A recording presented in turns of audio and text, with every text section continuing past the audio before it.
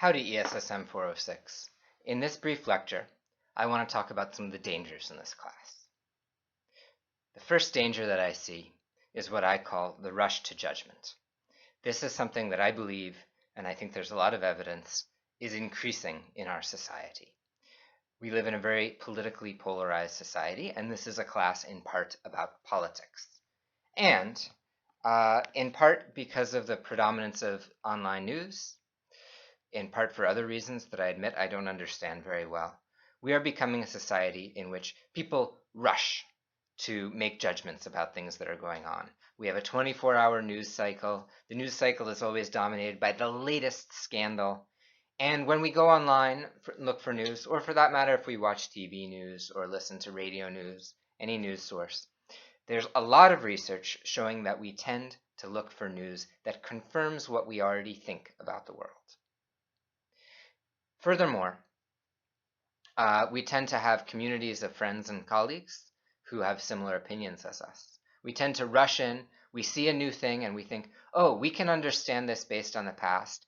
And there's even research showing that when people are confronted with information, knowledge that conflicts their beliefs, they tend to get stronger in their beliefs. So for example, simple example, there's some people who believe that the 9/11 attacks on the World Trade Center were some kind of conspiracy, an inside job, weren't done by Al-Qaeda, what have you.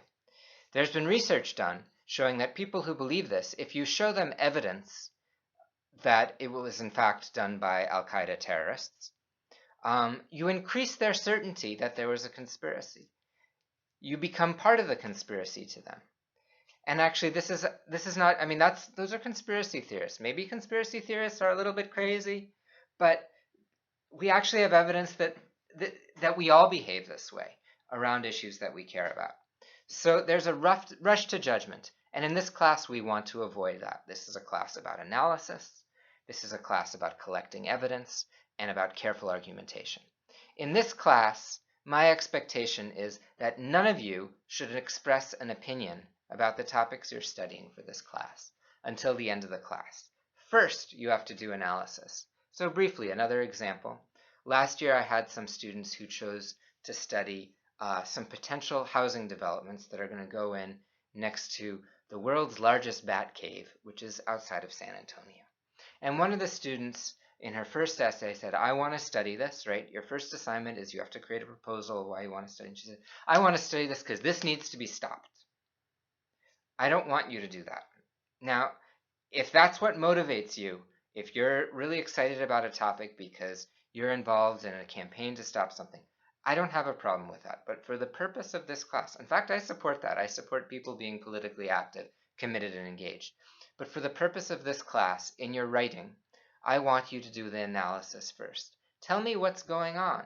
Why is there a conflict here? What are the different opinions? Why do people have those opinions?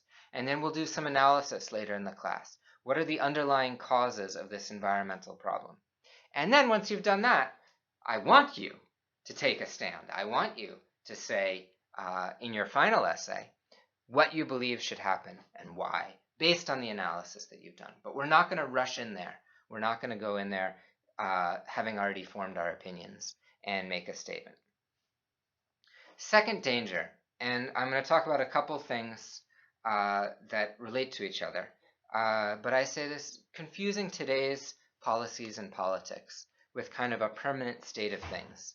And this tends to come up when people talk about modern political parties, which we have some emotional identification with.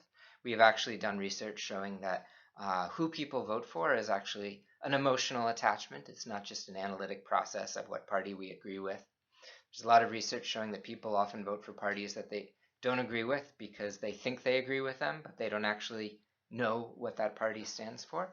And I've even experienced that myself, where I thought I was voting for certain things, for voting for a certain political party or a certain set of beliefs. And then when I looked more closely, I realized that wasn't actually what these people stood for.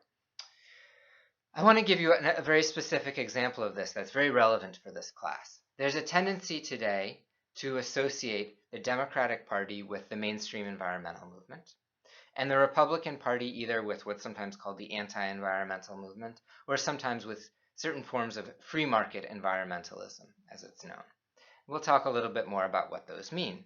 But you need to be very careful with this because of a couple of reasons. The first reason is this is a modern phenomenon.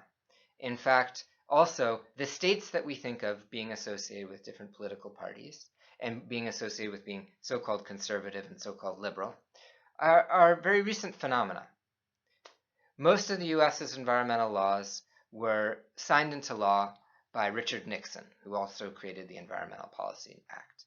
As you know, at that time, Richard Nixon was a leading conservative, right? So he was a Republican, he was a conservative, and he created most of our environmental laws, played an important role in the creation.